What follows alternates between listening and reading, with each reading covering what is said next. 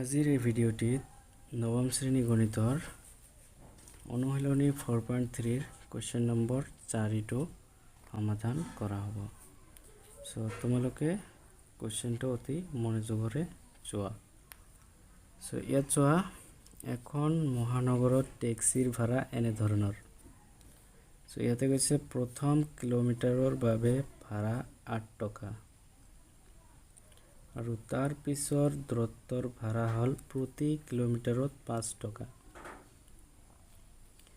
অতিক্ৰম কৰা দূৰত্ব x কিলোমিটাৰ আৰু মুঠ ভাড়া y টকা বুলি ধৰি এই তথ্যৰ ভিত্তিত ৰৈখিক সমীকৰণ লিখা আৰু ইয়াৰ লেখ অংকন কৰা। সো আমি এইটোৰ সমাধান কৰিম। সো আমি সমাধান কৰোঁ তেনেহ'লে। সো ইয়াতে আমি সমাধান কৰিম। সো ইয়াতে আমি প্ৰথমতে লিখিম মুঠ দূৰত্ব। সো মুঠ দূৰত্ব ইয়াত কি কৈছে, অতিক্ৰম কৰা দূৰত্ব x equal to x kilometre.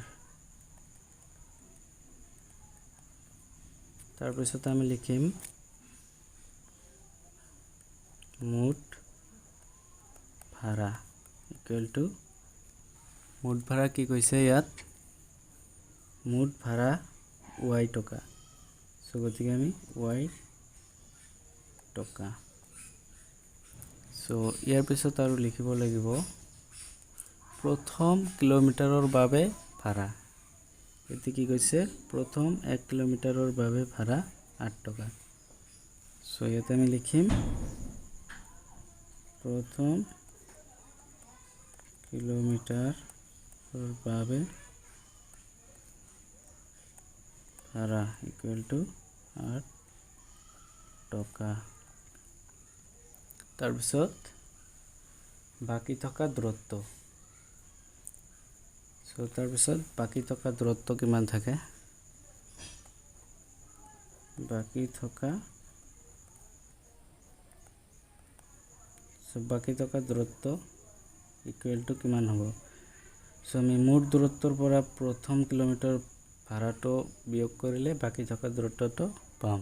So মুঠ দূৰত্ব আছিল আমাৰ x কিলোমিটাৰ, ইয়াৰ পৰা 1 কিলোমিটাৰ মাইনাছ কৰিলে আমি বাকি থকা দূৰত্ব x মাইনাছ 1 কিলোমিটাৰ পাম।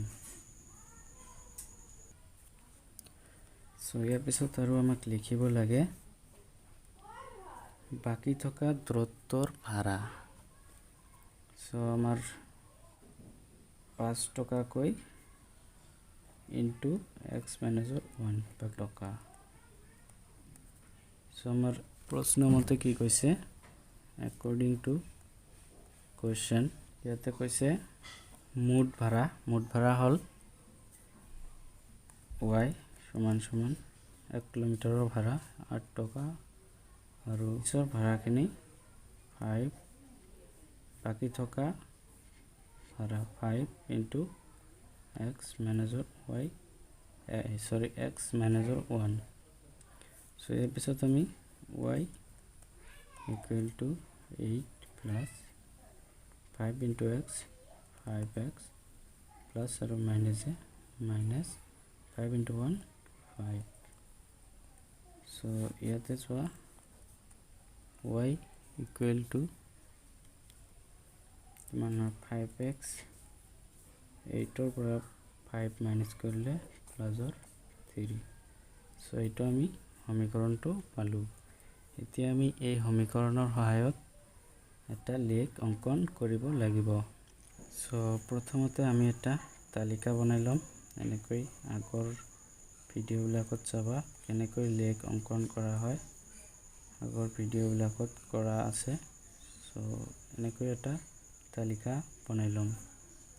বনাই লোৱাৰ পিছত ইয়াতে x আৰু y।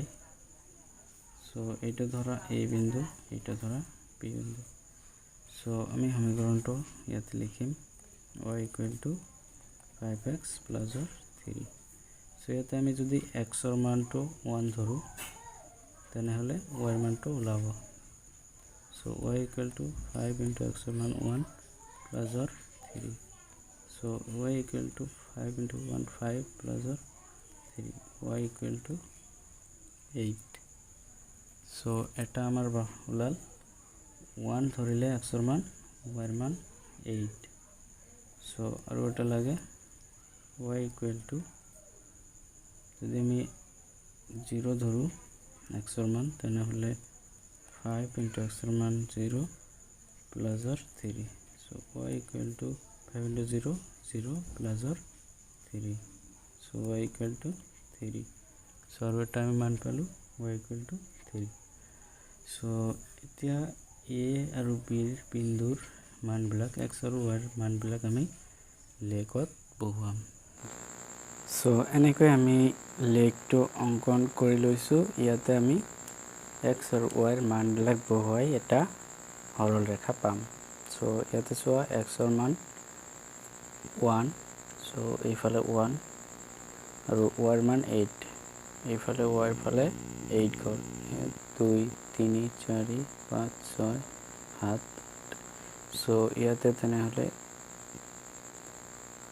ইয়াতে এটা পয়েন্ট হ'ব পয়েন্টটো হল a বিন্দু 1 8 সো কো নেক্সট পয়েন্ট আছে x ৰ মান 0 আৰু y ৰ মান ইয়াতে চোৱা তালিকাটো নেক্সট আছে x ৰ মান 0 আৰু y ৰ মান 3 সো ইয়াতে x ৰ মান 0 মানে ইয়াতে মূল বিন্দু আৰু y ৰ মান 3 1 2 3 ইয়াতে এটা পয়েন্ট সো এইটো হল b 0 3 সো এতিয়া আমি এই বিন্দুটো আৰু এই বিন্দুটোৰ লগত এটা সৰল ৰেখা অঙ্কন কৰিম এই সৰল ৰেখাডালেই হল সমীকৰণটোৰ লেখ আমি স্কেলৰ সহায়ত এনেকৈ দুটা বিন্দু এনেকৈ এটা সৰল ৰেখা পাম এনেকৈ টানিব লাগিব সো এইটোই হল সমীকৰণটো আমি পাইছিলো এইটো হল সমীকৰণটো আমি পাইছিলো y equal to 5x plus or 3 so ইয়াৰ পৰা আমি অঙ্কন প্ৰণালীটো লিখিম সো অঙ্কন প্ৰণালী এনেকৈ হ'ব সো অঙ্কন প্ৰণালীটো হ'ব x o x dash আৰু y o y dash ক লম্ব অক্ষৰেখা হিচাপে লৈ y equal to 5x plus 3 সমীকৰণৰ পৰা পোৱা বিন্দু a 18 আৰু b 03 বহুৱাই সংযোগ কৰা এডাল সৰল ৰেখা পোৱা গ'ল এই সৰল ৰেখা ডালেই হল আঁকিবলগীয়া লেখ সো আজিৰ ভিডিঅ'ত ইমানেই যদি ভিডিঅ'টো ভাল লাগে এটা লাইক কৰি দিব আৰু লগতে চেনেলত নতুন হলে চেনেলটো সাবস্ক্ৰাইব কৰি ল'ব আৰু কাষত থকা বেল আইকনখিনি ক্লিক কৰি অলত সিলেক্ট কৰি ল'ব সো আজিলৈকে ইমানেই